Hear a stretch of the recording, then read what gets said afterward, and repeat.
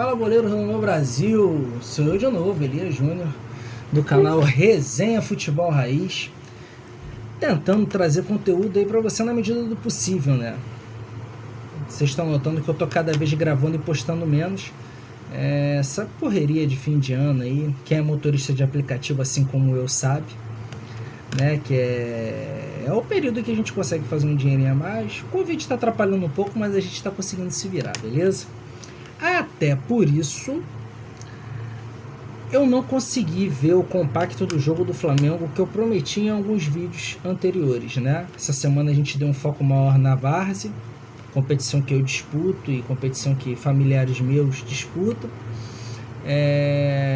Prometi ver o jogo do Flamengo, foi um jogo muito movimentado, enfim. Acabou que eu não consegui ver. Porém, vi aqueles melhores momentos que tem no YouTube de 4, 5 minutos. Não é o suficiente para analisar a partida, mas é o suficiente para falar de um jogador que eu acho que merece destaque. Já falei dele aqui em alguns vídeos relacionados ao Flamengo, mas hoje eu vou dedicar um vídeo só a ele. Meus amigos, Pedro. Vamos falar de Pedro hoje, aqui no Resenha Futebol Raiz, e você vai saber a minha opinião sobre esse atleta depois da vinheta.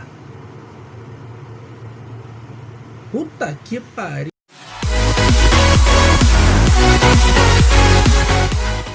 Vamos lá, rapaziada. Vamos seguir nosso fluxo aqui falando de Pedro. Muita gente teve muito assunto para falar desse jogo, né? Inclusive sobre racismo e tal, mas eu acho que a gente quer falar de campo e bola, né? Então a gente vai falar sobre, pra mim, hoje, o principal jogador do futebol brasileiro. E vocês podem achar exagero o que eu vou falar ou não, mas pra mim, desde Neymar, olha só, entendam, eu não estou falando que o Pedro joga igual o Neymar, tá? Pelo amor de Deus, não é isso. Joga mais ou igual ao Neymar, não estou falando isso. É que eu estou falando que desde do Neymar que eu não vejo um jogador deslanchar, sobrar tanto tecnicamente no futebol brasileiro como o Pedro está sobrando esse ano. E por isso eu resolvi fazer esse vídeo falando dele, um vídeo bem curto, até também para no final dar uma satisfação a vocês em relação aos conteúdos do canal, tá? Então, gente, no quarto gol do Flamengo, primeiro o Pedro já tinha feito um gol de peito, né? Eu acho que foi o segundo ou terceiro gol.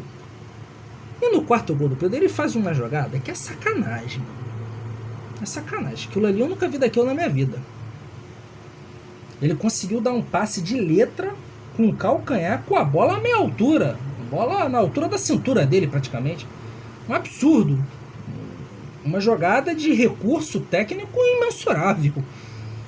Vendo o lance e vendo que é nítido que ele vai para fazer aquilo. Tem gente, tricolores, né? A gente que é tricolor tem tudo para ter raiva do Pedro, né? Mas os tricolores, ele levou sorte no lance. Será que ele foi fazer aquilo mesmo? Gente, é só olhar o gestual dele. Ao fazer o movimento para dar o passe de calcanhar, a partir do momento que ele bate na bola, ele rapidamente olha pro Vitinho para ver se o Vitinho entendeu a jogada. Ele foi para fazer aquilo. Claro, você em casa pode tentar fazer e não conseguir. Aí é uma dificuldade tua. Ele não tem essa dificuldade. Aí você pode estar pensando, mas é um lance isolado.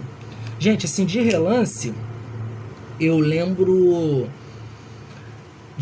dele ainda no Fluminense Penharol pela Copa Sul-Americana do ano passado, onde ele dá intermediária, ele domina uma bola no peito, escorando o zagueiro, ele domina a bola no peito e dá um passe de chaleira, né, com calcanhar, em profundidade pro Ione Gonzalez entrar sozinho na área e fazer o gol.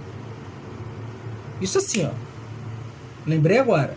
Ele já voltando da lesão, tá? Ele já voltando da lesão. Sem contar em chapéu com a bola colada no peito uns 20 segundos. Sem contar em inúmeros lances que o Pedro mostra recurso. Ele fez gol de peito ontem. Ele tem um gol de peito. Não foi igual ontem. Ontem o gol foi vazio, ele só escorou. Eu lembro de um gol final do Taça Rio, Fluminense e Botafogo, onde ele faz um gol de peito da entrada da pequena área com o Jefferson dentro do gol. Ou seja, o garoto tem recurso demais. Talvez, eu não sei se tem, não procurei antes de fazer o vídeo, mas talvez se você for procurar no YouTube, você vai achar lances do Pedro absurdos, que você olha e diz, meu irmão, esse cara é acima da média, né? Não tem como explicar esse cara. E aí a gente entra na polêmica lá do Luiz Roberto, né? O Pedro é melhor que o Lewandowski? Olha só, gente, esse vídeo não é para descer o cacete como geralmente é para elogiar. Só que também não vamos exagerar. Estamos falando do atual melhor do mundo e que não é caneludo como o Luiz Roberto pensa, não. O Lewandowski é habilidosíssimo, extremamente técnico, faz a parede como poucos. Se você for parar analisar nível de característica, o Pedro parece muito com o Lewandowski. Só que você está falando de um jogador pronto, que faz uma média de 30 gols por ano na Europa. Tudo bem que ele joga no maior da Alemanha, no Bayern de Munique. Mas no Borussia ele já fazia isso, né? Com um garoto que está começando e tem um potencial enorme. Mas, gente, o Pedro pode chegar no nível do Lewandowski? Claro que pode. Tem potencial até para passar. Mas no momento não é.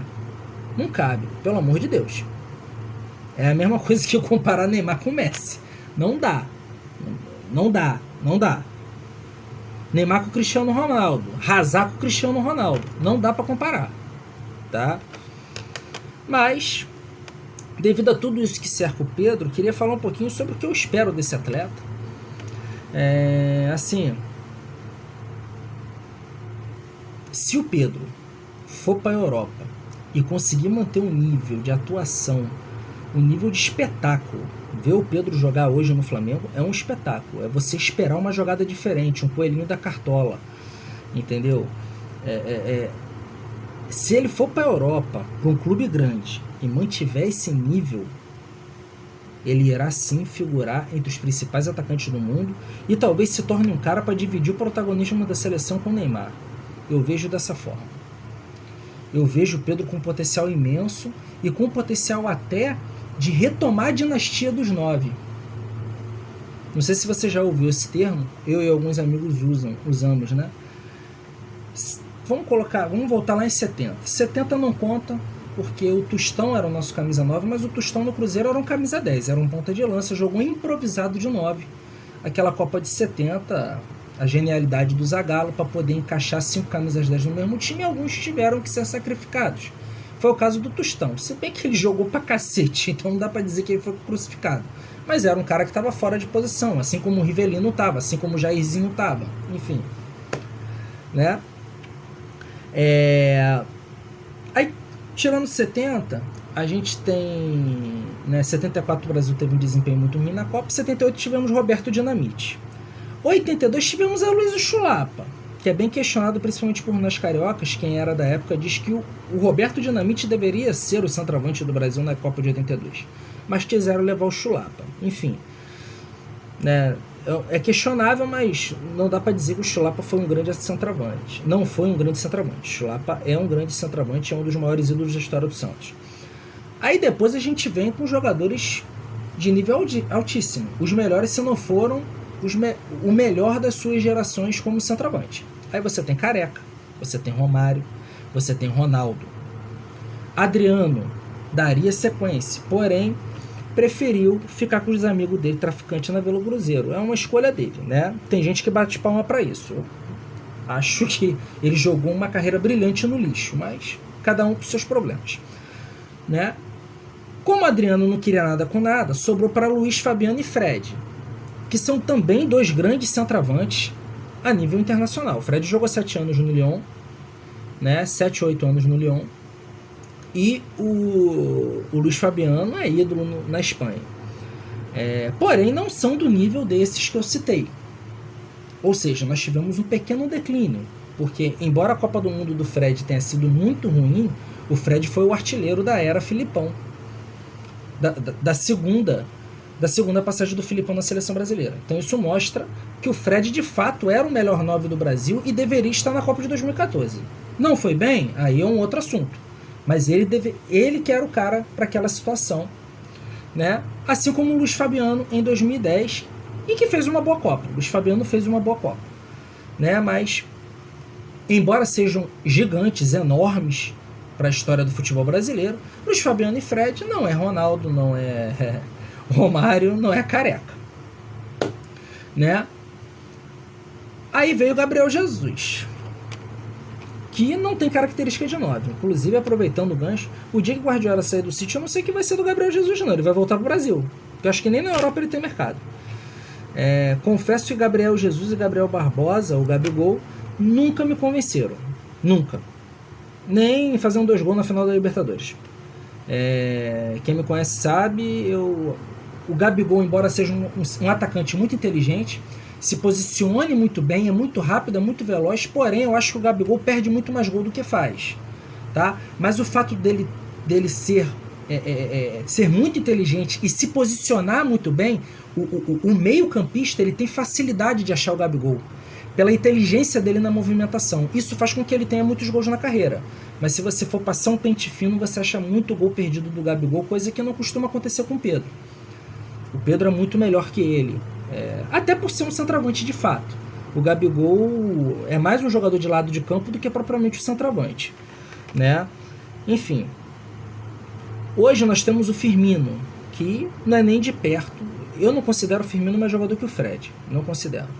Embora, se você for parar para pensar um pouquinho, o Firmino tem uma carreira na Europa muito mais bem sucedida que o Fred. Mas se você for olhar o Firmino no Liverpool, ele é mais um ponta de lança, né, do que é propriamente centroavante. Ele é um falso 9, ele não é um jogador de área. Jogador de área hoje a gente só tem o Pedro, que para nossa sorte é muito acima da média. E assim, o Tite já enxergou isso. Só que o problema é que o Pedro convive com lesões, é o que pode atrapalhar a sua carreira. Porque, sinceramente, hoje eu vejo o Pedro titular dos principais clubes da Europa.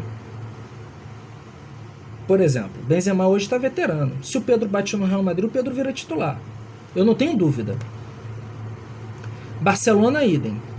Suárez foi embora. Se o Pedro chegar lá, o Pedro pega a camisa 9 e é o dono dela. Na Europa eu também vejo o Pedro com vaga na maioria dos clubes. Enfim, claro, pode acontecer dele chegar na Europa e não render, como foi o caso do Gabigol, mas é aquilo. O nível de expectativa é muito diferente. Eu nunca esperei isso do Gabigol. E me surpreende o Gabriel Jesus estar até hoje no City. Acho que é até uma insistência e uma teimosia do Guardiola. Agora, o Pedro não. Assim, como eu já falei, o Tite já enxergou isso e eu vejo o Pedro recuperando essa dinastia dos 9. Muito provavelmente, se o Pedro não tiver problema de lesão, nós voltaremos a ter um 9 de respeito com a camisa da seleção brasileira. Um 9 entre os principais jogadores da Europa, entendeu? E metendo medo na zagueirada adversária. E o Pedro tem personalidade e tem recurso para isso. Entendeu? Então, assim, a minha expectativa com o Pedro ela é enorme, embora muito tricolor não goste. Eu não consigo torcer contra jogador dessa qualidade. Eu acho que o Pedro vai muito longe mesmo. Talvez chegue no nível do Lewandowski, né, Luiz Roberto? Mas para agora não. Vamos ter um pouquinho de paciência aí com o menino.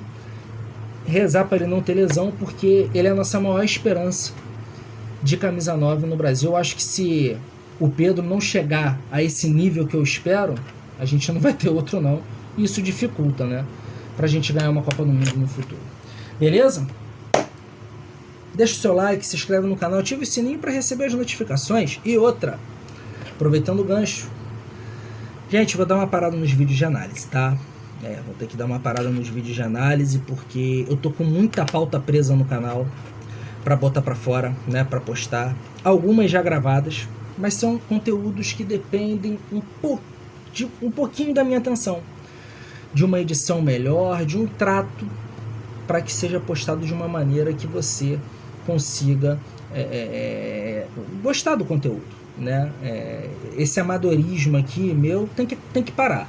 E contava com algumas pessoas para me ajudar, infelizmente essas pessoas não estão tendo tempo de me ajudar com a questão da edição, e eu preciso botar essas pautas para andar, até porque vão surgindo novas, e se eu não boto essas para frente, as novas vão ficando mais para trás ainda. Então a gente vai dar um tempinho nas análises, vamos dedicar o tempo a gravar esses conteúdos, tá? Editá-los para colocar no canal. Vocês vão ver que aos poucos vão subindo vídeos aí de assuntos interessantes para você, amante de futebol, continuar com a gente, continuar com Resenha Futebol Raiz. Beleza, meus amigos? Um forte abraço a todos. De novo, se inscreve no canal, ativa o sininho, dá uma forcinha aí pro amigo. Até aprender a fazer edição eu vou, gente, para servi-los aí com um bom conteúdo, beleza? Forte abraço a todos aí.